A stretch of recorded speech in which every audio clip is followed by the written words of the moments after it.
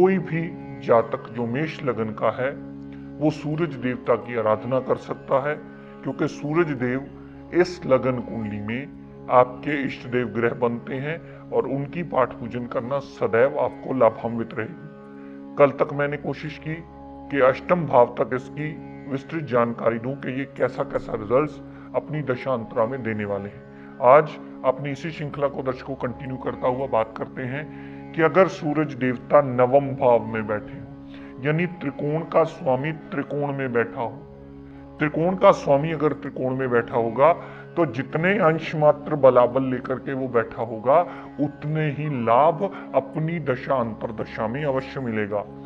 अग्नि कारक ग्रह अग्नि राशि में आ गया है, त्रिकोण का मालिक त्रिकोण में आ गया है, तो हम जातक को बहुत ज्यादा भाग्यवान कहते हैं कि जातक भाग्यवान है, क्योंकि त्रिकोण का मालिक त्रिकोण में आना सदैव जातक को लाभान्वित करता है अपनी दशांतरा में और बहुत अच्छा योग बनाता है।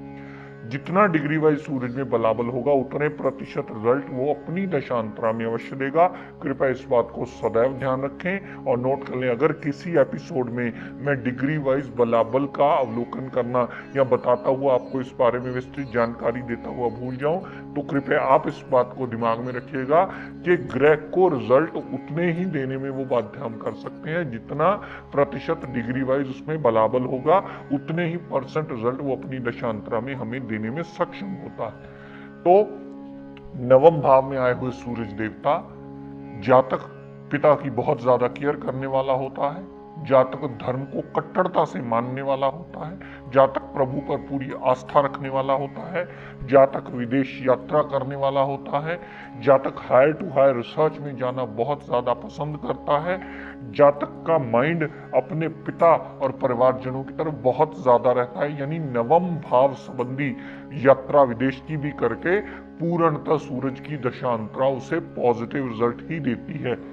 यहां से सूरज देव ने जितनी दृष्टि तीसरे भाव पर डाली तो छोटे भाई बहन की पूर्ण सपोर्ट मिलती है, छोटी मोटी यात्राएं होती हैं तो वो भी कामयाबी उनमें भी मिलती है, और तीसरे भाव पर डाली हुई दृष्टि छोटे भाई बहन से सपोर्ट दिलवा करके भी जातक की कामयाबी में सूरज की दशांतरा में बहुत ज्यादा लाभदायक सिद्ध होती है। तो तीसरे भाव संबंधी भी पूर्ण पॉजिटिव रिजल्ट देते हैं सूरज देवता, नवम भाव संबंधी भी पूर्ण पॉजिटिव रिजल्ट ही हमें देते मिलते हैं। दर्शकों, अगर सूरज देव दशम भाव में पड़े हुए, दशम भाव में पड़े होने से सूरज देवता को दिशा बल मिलता है। दशम भाव में पड़े होने से हम अक्सर जातक को यही हिदायत देते हैं कि आप जिंदगी में जो भी काम करें अपनी संतान को साथ लेकर करें, या काम माइंड से यानी बुद्धि से जुड़ा हुआ होना चाहिए, तो सदैव आपको लाभान्वित रहेगा।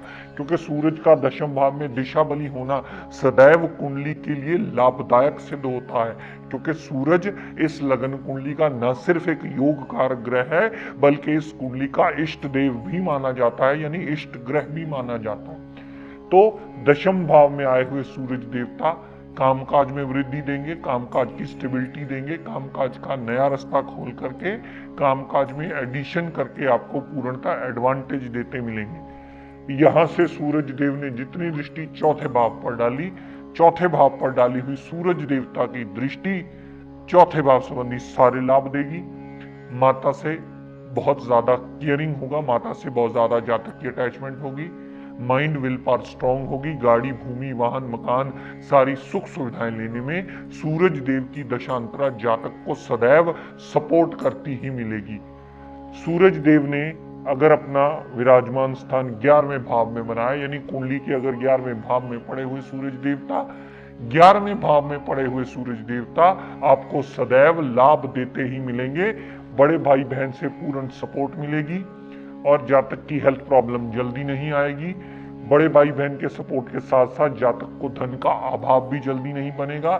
धन का आगमन कहीं ना कहीं से जातक का होता ही रहता है। यहां से सूरज देव ने जितनी दृष्टि पंचम भाव पर डाली, पंचम भाव पर डाली हुई दृष्टि पुत्र प्राप्ति का योग देगी, माइंड और विल पावर को स्ट्रॉन्ग अवश्य करेगी। पुत्र प्राप्ति के योग के साथ साथ जातक का अनसर्टेन गेन्स का रास्ता भी खुलेगा। विल पावर और मेमोरी पावर स्ट्रॉन्ग करके लव रोमांस में भी जातक की बहुत ज्यादा कामयाबी होने का योग बनता है सूरज की दशांतरा में। तो सूरज 11वें भाव संबंधी भी पूर्ण पॉजिटिव रिजल्ट देता मिलेगा और सूरज पंचम भाव संबंधी भी पूर्णतः अच्छे फल देने में जातक को बाध्य ही करता मिलेगा।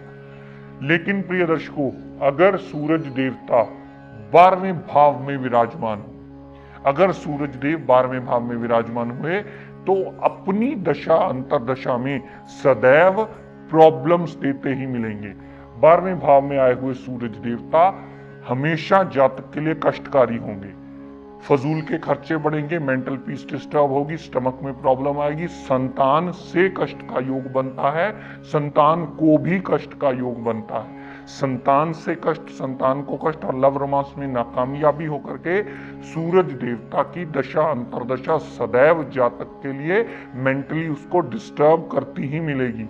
और यहां फिर आपने ये समझने की गलती कर ली कि 12वें भाव में आए हुए सूरज देवता कहीं न कहीं बलहीन हो गए हैं, इसका रतन माणिक पहन लिया जाए, तो कभी मत पहनिएगा, क्योंकि 12वें भाव में आए हुए सूरज देवता कभी भी बलहीन नहीं होते, वो सदैव अशुभता की कैटेगरी में आते हैं। तो 12वें भाव में आए हुए सूरज देवता 12वें भाव संबंधी सारे ही नेगेटिव रिजल्ट देकर के जातक की मुश्किलों को कई गुना बढ़ोतरी करते मिलेंगे। अगर विदेश यात्रा होगी तो वो भी नेगेटिव रिजल्ट देगी, अस्पताल के खर्चे, जेल यात्रा तक भी होने की संभावना सूरज की दशा अंतरा में अवश्य बनाते हैं। यहां से सूरज देव ने जितनी दृष्टि 6 भाव पर डाली तो रोग, ऋण, कर्जा, दुर्घटना, मुकदमा, कोर्ट केस, लिटिगेशन, इन सब चीजों में बढ़ोतरी करके जातक के जीवन यापन की मुश्किलों को कई गुना बढ़ोतरी करते मिलेंगे। तो यहाँ सूरज का रतन पहनने की गलती से भी गलती मत कीजिएगा, नहीं तो आप स्वयं नोटिस कर सकते हैं थोड़ा टाइम पहन के कि आपकी मुश्किलों में कितनी बढ़ोतरी होती है। यहाँ सिर्फ सूरज देवता को नमन किया जा सकता है, सूरज देवता को पाठ किया जा सकता है, सूरज से जुड़े हुए रिश्तों को सुधारा जा सकता है और सूरज देवता के नित्य नियम पाठ करके उससे सुख ना मांग करके ही सूरज की बुरी दशा अंतरदशा के आगे हाथ जोड़ करके ही आपको सूरज से बचने के रास्ते ढूंढे जा सकते हैं। तो प्रिय दर्शकों, ये बात सदैव याद रखिएगा, मेष लगन की कुंडली में सूरज देवता को प्रणाम हर कोई जना कर सकता है, बल्कि हर कोई जना कर सकता है की बजाय अगर करेंगे तो सदैव आपकी मुश्किलों से आपको बचने का रास्ता मिलता रहेगा। सूरज देवता आपका इष्ट देव है, चाहे आपकी दशा अंतरदशा कितनी भी अच्छी या कितनी भी खराब क्यों ना चल रही हो, अगर आप सूरज देवता को नित्य नियम साथ में प्रणाम करने की आदत डाल लेते हैं तो ये आपका इष्ट ग्रह माना जाता है और इसको प्रसन्न करना आपके लिए सबसे ज्यादा लाभान्वित सिद्ध होता है। सूरज देवता इस लगन कुंडली में बहुत ज्यादा मेजर रोल प्ले करता है, क्योंकि सूरज देव आपकी बुद्धि का डिपार्टमेंट लेकर के बैठा है, जिसकी वजह से ये आपका इष्ट देव बना है। सूरज देव के पास संतान का डिपार्टमेंट है, जिसकी वजह से इसके आपके वंशज इस घर से देखे जाते हैं, इसकी वजह से आपका ये इष्ट देव बनता है। आपके स्टमक का लॉर्ड भी सूरज देव मेष लगन की कुंडली में बनता है, आपकी गृहस्थी का लॉर्ड भी सूरज देव बनता है। इसकी वजह से इसकी इंपॉर्टेंस बहुत ज्यादा मानी जाती है। अपने माइंड की स्टेबिलिटी के लिए, अपने संतान सुख के लिए, अपने लव रोमांस में कामयाबी के लिए, अपनी अनसर्टेन गेन्स के लिए पाठ पूजन, सूरज को नमन कोई भी जना कर सकता है। हाँ, ये बात अलग है कि सूरज का रतन किसने पहनना है, किसने सूरज को माथा टेकना है, इसका विवेचन करना एक अलग चीज है। अगर पहली दूसरी बार आपको इसका प्लेसमेंट देखकर ये बात ना समझ में आए तो किसी विद्वान की मदद ले लीजिए, ताकि आपको पता चल पाए कि आपको अपने इष्ट देव के आगे क्या करना है, नमन करना है या उसका नग पहन करके उसे बलि करना है। लेकिन ये बात आप भली भांति समझ लीजिए प्रिय दर्शकों, सूरज देवता का रतन हर एक जातक मेष लगन वालों को नहीं धारण किया जाता। अगर वो नीच का होगा या 6, 8, 12 में पड़ा होगा तो इसका रतन धारण करना सदैव आपके लिए कष्टकारी होगा और आपके कष्टों में बढ़ोतरी होती मिलेगी। मान लीजिए सूरज 12वें भाव में ही पड़ा है और आपको यहाँ किसी ने माणिक पहनने की राय दे दी और आपने माणिक धारण कर लिया, तो सबसे पहले वो 12वें भाव के रिजल्ट्स को एक्टिवेट करेगा, सबसे पहले वो फजूल के खर्चे बढ़ाएगा। और पिता का कारक भी सूरज देवता है, उसकी वजह से आपके पिता से भी मनमुटाव होने के योग बनेंगे। यहां से जितनी दृष्टि छठे भाव पर डाली तो छठे भाव संबंधी भी वो कलह कलेश खड़ा करके आपके जीवन यापन की मुश्किलों को कई गुना बढ़ोतरी करता मिलेगा। 1, 5, 9 कुंडली में है तो जरूरी नहीं उसका इलाज सिर्फ आप रतन पहन के उसे मजबूत ही करें। हो सकता है आपको उसके आगे पाठ पूजन करके सुखना मांग के उससे अच्छे रिजल्ट लेने में उसे बाध्य करना पड़े।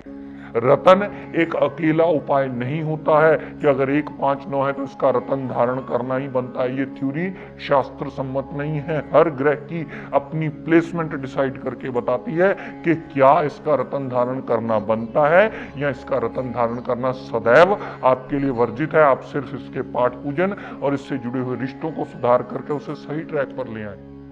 तो इस बात का विवेचन करते समय सदैव ख्याल रखिए कि सूरज को भी ये मान लेना कि ये कुंडली का योग कारक ग्रह है, ये आपका इष्ट ग्रह बनता है, इसे सदैव बलि किया जाना चाहिए, ये बात भी शास्त्र सम्मत नहीं है। अगर ये नीच का होगा, 6, 8, 12 में पड़ा होगा तो कभी इसका रतन गलती से भी धारण मत कीजिए। अगर आप करना चाहें प्रैक्टिकली तो करके देख लीजिए थोड़ा टाइम के लिए, 2-4 महीने में ही आपके रिजल्ट टोटली आपको नेगेटिव मिलेंगे और आप इस बात को फिर भली भांति जान जाएंगे कि आपको इसके आगे प्रणाम करके इससे जुड़े हुए रिश्तों को सुधार करके इसके अशुभ प्रभाव को न्यूट्रलाइज करना है ताकि आपका जीवन यापन जीने के काबिल बने। क्योंकि 1, 5, 9 सदैव अच्छे हों ये जरूरी नहीं। हो सकता है 1, 5, 9 की दशा अंतरदशा ही आपका पट्टा बिठाने के लिए अकेली काफी हो, क्योंकि उसकी प्लेसमेंट गड़बड़ होती है। प्लेसमेंट सबसे ज्यादा मैटर करती है। हो सकता है इस लगन कुंडली में बुध को मारक माना जाता, हो सकता है बुद्धि 6, 8, 12 में विपरीत राजयोग की स्थिति में आ जाए और वही बेड़ा पार लगा दे। तो ये कंप्लीट थ्योरी आपको समझनी होगी दर्शकों। अगर इस बात को सही ढंग से सही दिशा से आप समझने लगेंगे तो कुंडली के विवेचन में बहुत बड़ा रोल आप समझ लीजिएगा कि आपने पार कर लिया, बहुत बड़ा पड़ाव आपने पार कर लिया। सही दिशा पकड़िए ताकि आपके रिजल्ट्स में पॉजिटिविटी बनी रहे और आपको पता चले कि ग्रह का हल कैसे निकालना।